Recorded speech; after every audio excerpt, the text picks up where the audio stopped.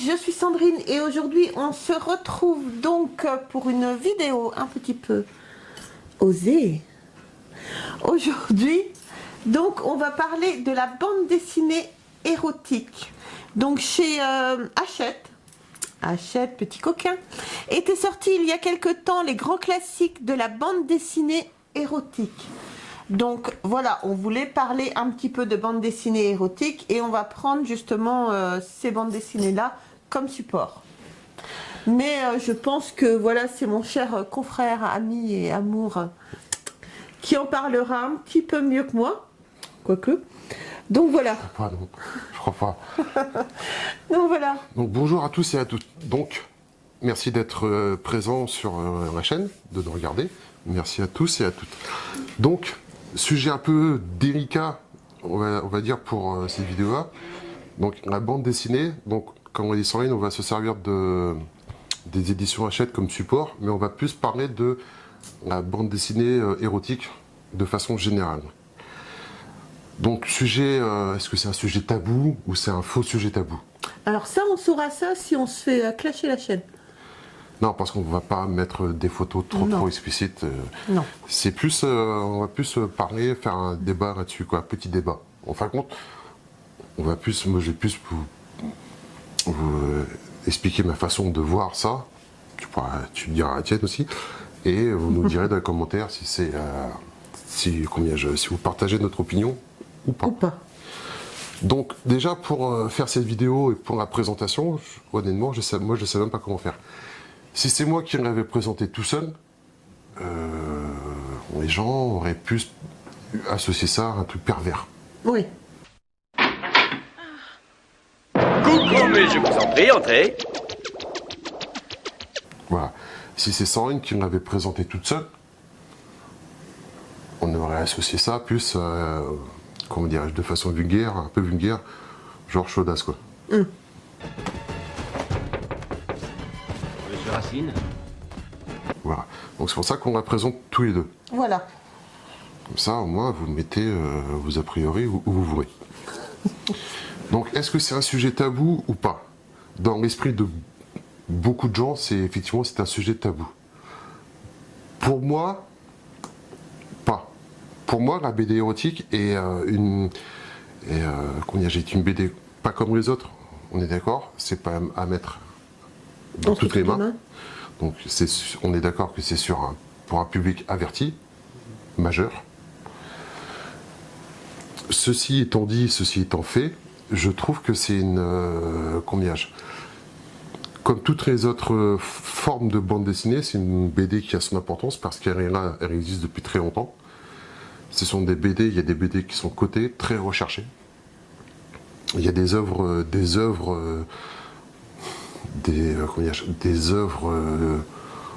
érotiques, oui, bien sûr, on peut pas dégager ce mot-là, qui sont très recherchées, très cotées et qui se vendent à des prix exorbitants.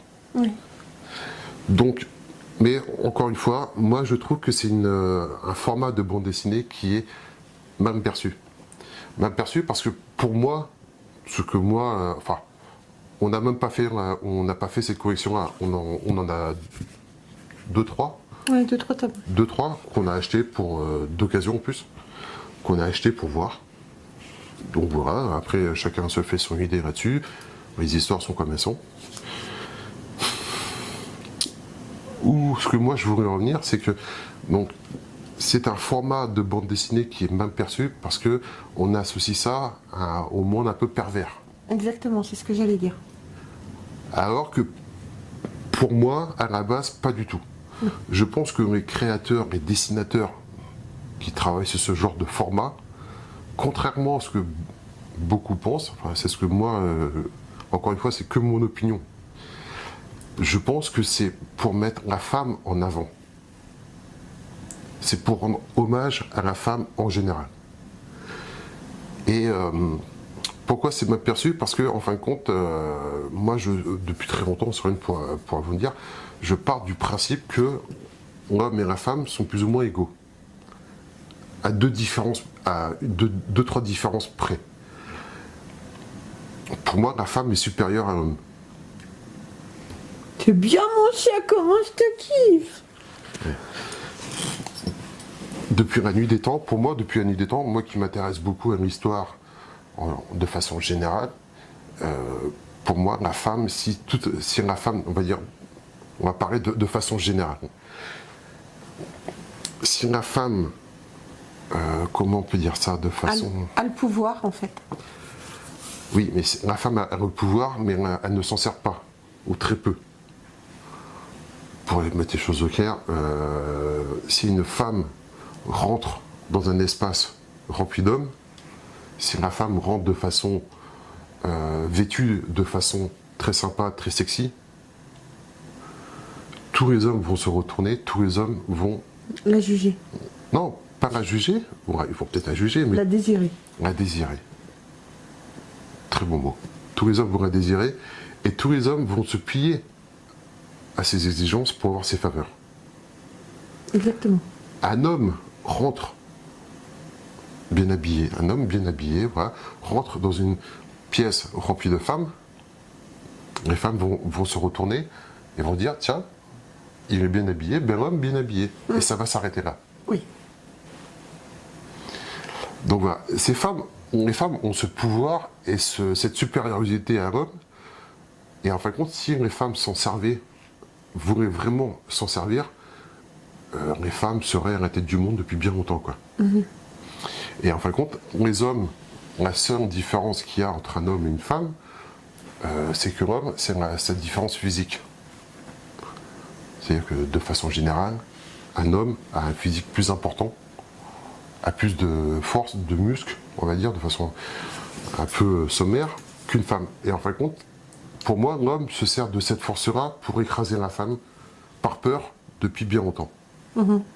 Et on peut voir dans tous les médias, là il y a le phénomène MeToo, tout ça, qui reflète un peu cette idée-là, c'est qu'en fin de compte, c'est que beaucoup d'hommes se sont servis de leur force physique et de leur pouvoir qu'ils avaient pour, en fin de compte, obtenir des faveurs, les faveurs des femmes qu'ils n'auraient jamais pu avoir sinon. Oui. Voilà.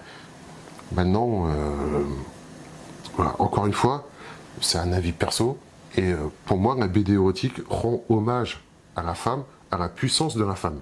Exactement. La puissance et la beauté, et à tous ces atouts qu'elle a, et beaucoup de femmes n'osent pas, parce que depuis tant d'années, depuis tant de générations, on matraque les femmes à être plus femmes au foyer, à être bobonnes, à être qu'autre chose, et en fin de compte, ce sont les hommes qui, petit à petit, ont essayé d'écraser enfin, pas d'écraser, Non, cher fais le attention terme à tes mots. confort, mais de mettre la pression sur le pouvoir de la femme pour être supérieure. Qu'est-ce que toi tu en penses? Moi, je suis entièrement d'accord avec toi. Une bande dessinée érotique, ce n'est ni vulgaire, ce n'est pas non plus un tabou. Moi, je n'ai aucune honte à les avoir regardés et à les avoir lus. Et comme dit Jérôme, je pense que la femme a un grand pouvoir, mais malheureusement, on ne peut pas s'en servir parce qu'on est dans un monde où on doit laisser paraître que l'homme est plus fort, que l'homme est supérieur. On est dans un monde de macho, entre parenthèses, pas tous les hommes, mais beaucoup. L'image de la femme, ouais, exactement, est un petit peu réduite, mais voilà, moi je trouve qu'il n'y a rien de malsain à lire une bande dessinée érotique. C'est beau. Une femme nue, une femme bien habillée, une femme très sexy, c'est très joli à regarder.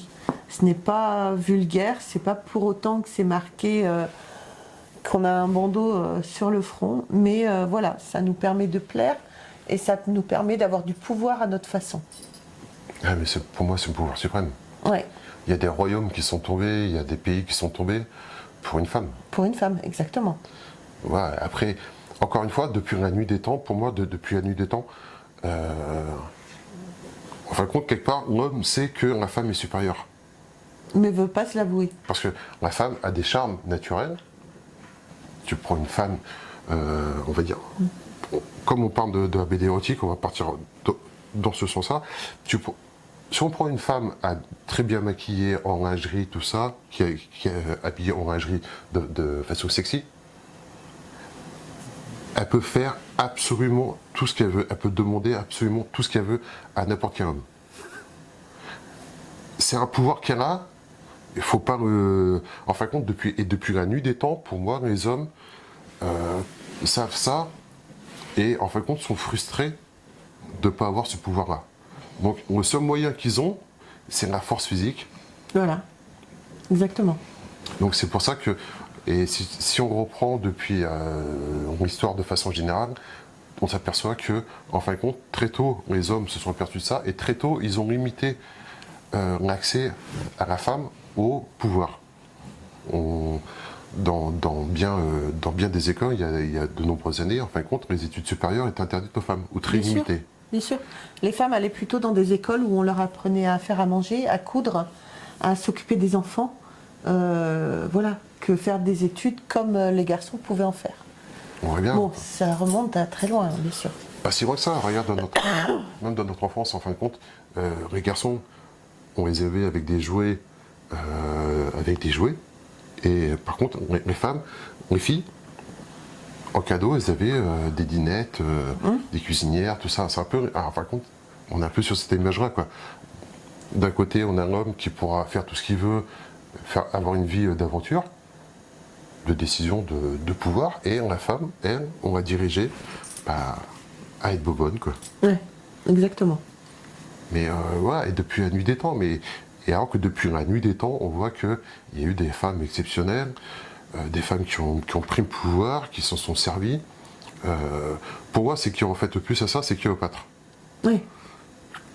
J'adore beaucoup, je m'intéresse beaucoup à l'époque égyptienne, des pharaons, tout ça. Et quand on prend Cléopâtre, c'est l'exemple parfait. Elle a réussi à accéder au pouvoir.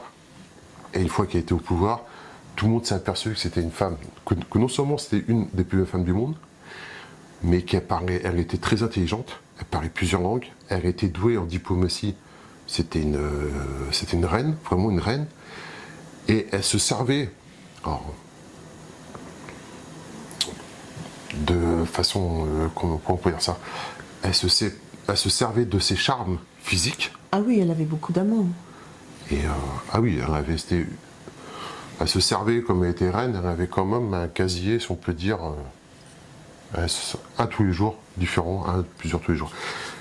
Et voilà, et c'est une femme qui vivait. Pardon. Et voilà, c'est une femme qui a vécu pleinement sa vie. Et encore aujourd'hui, on en parle, mais encore aujourd'hui, si tu compares Cléopâtre aux autres pharaons, on va parler plus facilement de Ramsès, Oui. des autres pharaons, que de Cléopâtre. Cléopâtre. Alors que pour moi, Cléopâtre est bien au-dessus des autres, quoi.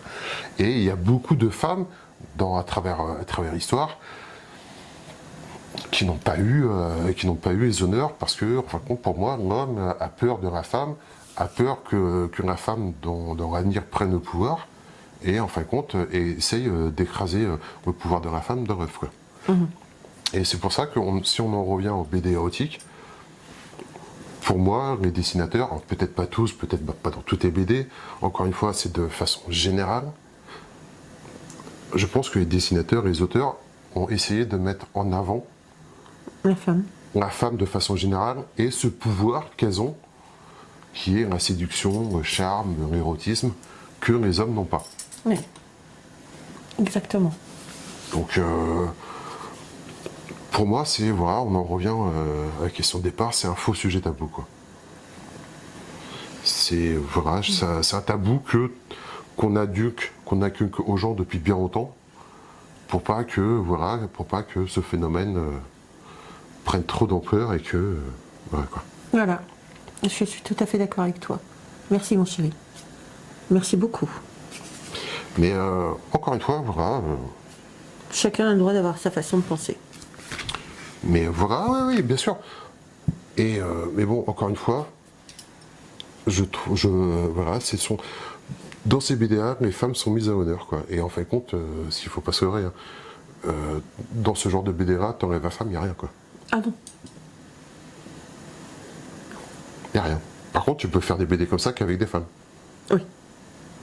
L'érotisme sera toujours là, la sensualité, le charme sera toujours là, quoi. Exactement. Et puis, soyons honnêtes, hein, voir une femme habillée de façon sexy, en lingerie, parce qu'encore une fois, on est dans ce temps-là, faut pas non plus ne résoudre la femme qu'à ça. Mais dans cet univers-ci, une femme en lingerie, une femme en lingerie est très agréable. Et pour moi, c'est beau, quoi. Pour moi, c'est quelque chose de très beau, quoi. Un homme en lingerie, c'est beaucoup moins sympa. Non, je suis désolée, ça n'a pas les mêmes charmes. Non. Ça n'a pas du tout les mêmes charmes, quoi. Non. Et Non. voilà, je pense qu'il y a beaucoup de gens qui soit qui le savent et qui ne veulent pas se l'avouer. Après, c'est un sujet qui est propre à chacun, c'est une mentalité, c'est une façon de penser qui est propre à chacun. Bien sûr. Mais voilà, pour moi, la BD érotique est avant tout la mise en avant du charme de la femme. Je suis entièrement d'accord avec toi. Je l'aurais pas mieux dit. Voilà. Donc voilà. Bah écoutez les amis, j'espère que cette vidéo ne vous choquera pas.